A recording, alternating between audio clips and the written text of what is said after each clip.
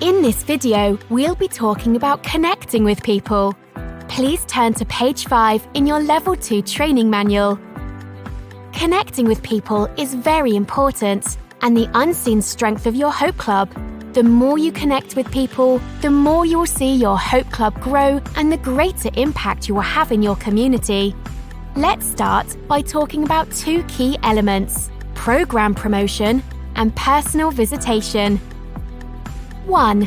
Promote your Hope Club out in the community.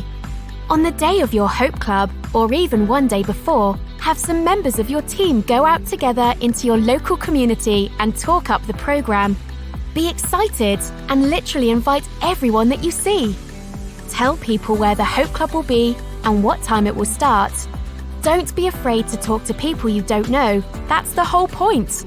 Get out there and meet new people who might otherwise never know about your Hope Club. Here are some ideas of things you can say.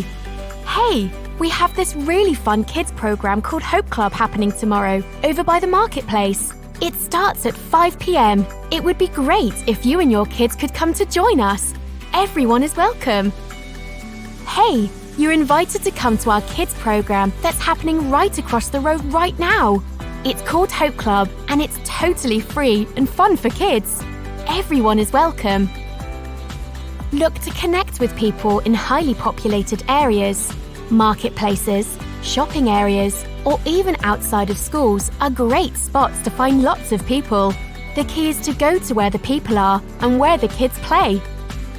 2. Make at-home visits.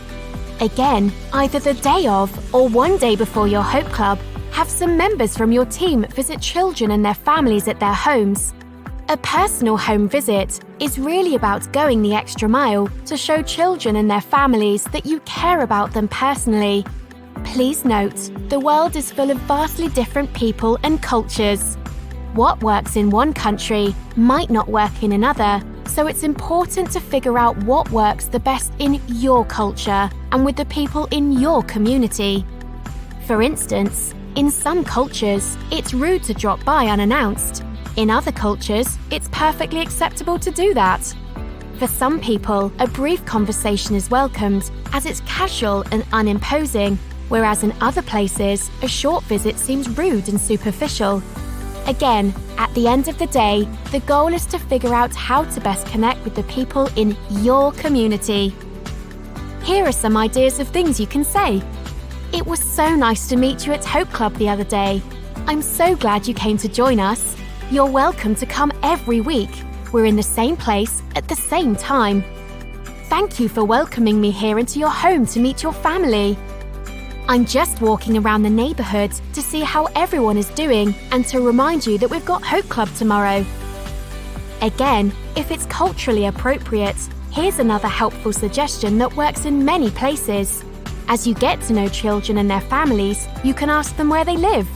Don't be afraid to be upfront about it and tell them that you would like to come by and visit them if they would be okay with that.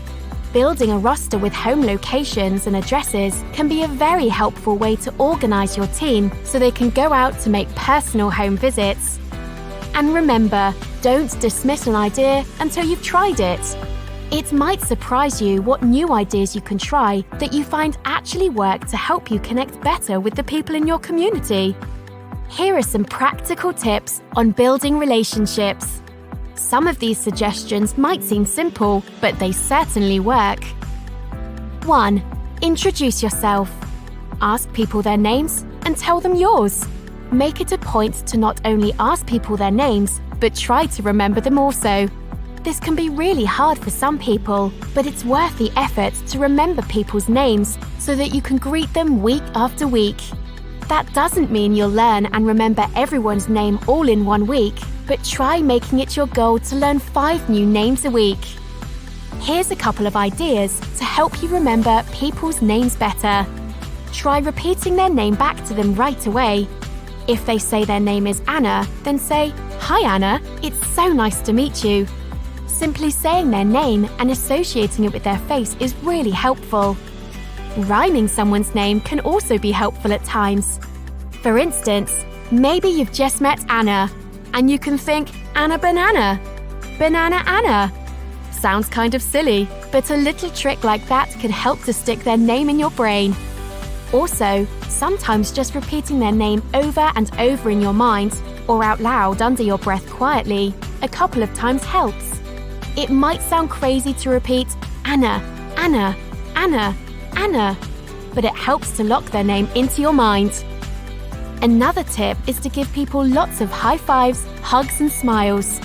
Everyone needs to feel connected and included, and reaching out with a high five, a hug and a smile is an excellent way to extend love to people. It differs from country to country, but high fives, fist bumps and smiles seem to be a universal language with children. You can have fun with it also. Try high fives and low fives, behind the back fives, explosive fist bumps that end in a dance, fancy handshakes. At the end of the day, just have fun with it. 2. Ask people questions and show interest in their lives. Whether it's simply asking someone how they're doing and stopping to listen, or asking a child what they want to be when they grow up, taking the time to ask someone a question shows that you're interested in them as a person. Here are a couple of introductory questions that you can ask children. How old are you? What's your favorite color? What do you want to be when you grow up? What's your favorite sport to play? Here are some ideas of what you can ask adults as you're getting to know them. How are you doing today? Have you had a good week? How many kids do you have? What are their ages? How are your kids doing in school? 3. Compliment and encourage people as you talk to them. Notice nice things about people and tell them. Who doesn't like hearing something nice said about them? So take the opportunity to speak something positive and life-giving to someone. It can really make their day and make them feel special. Here are some ideas of some nice things you can notice about people and say to them. I love your hairstyle, it looks great on you. Wow, you're really good at sports, good job. You have a beautiful smile. You are very smart. You did well in school, I'm so proud of you. Keep doing a good job. 4. Offer to pray for someone. Offering to pray for someone is a simple way to show them that you care.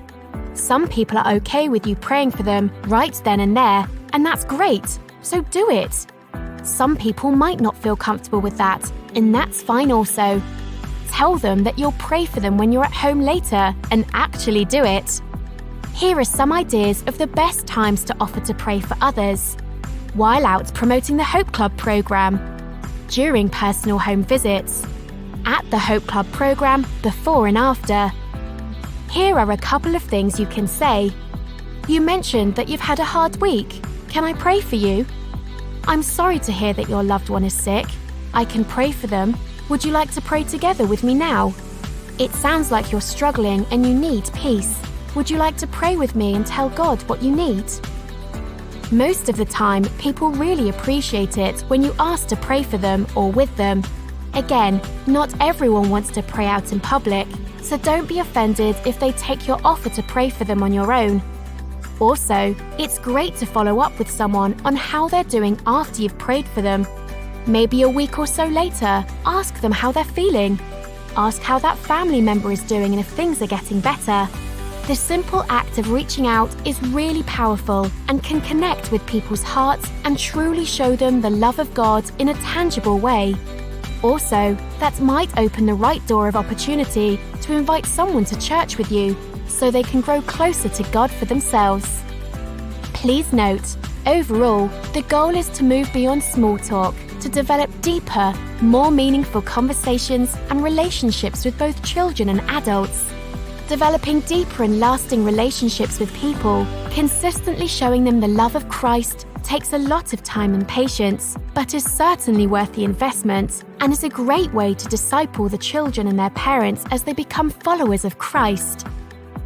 Let's just take a moment to recap everything we've learned so far.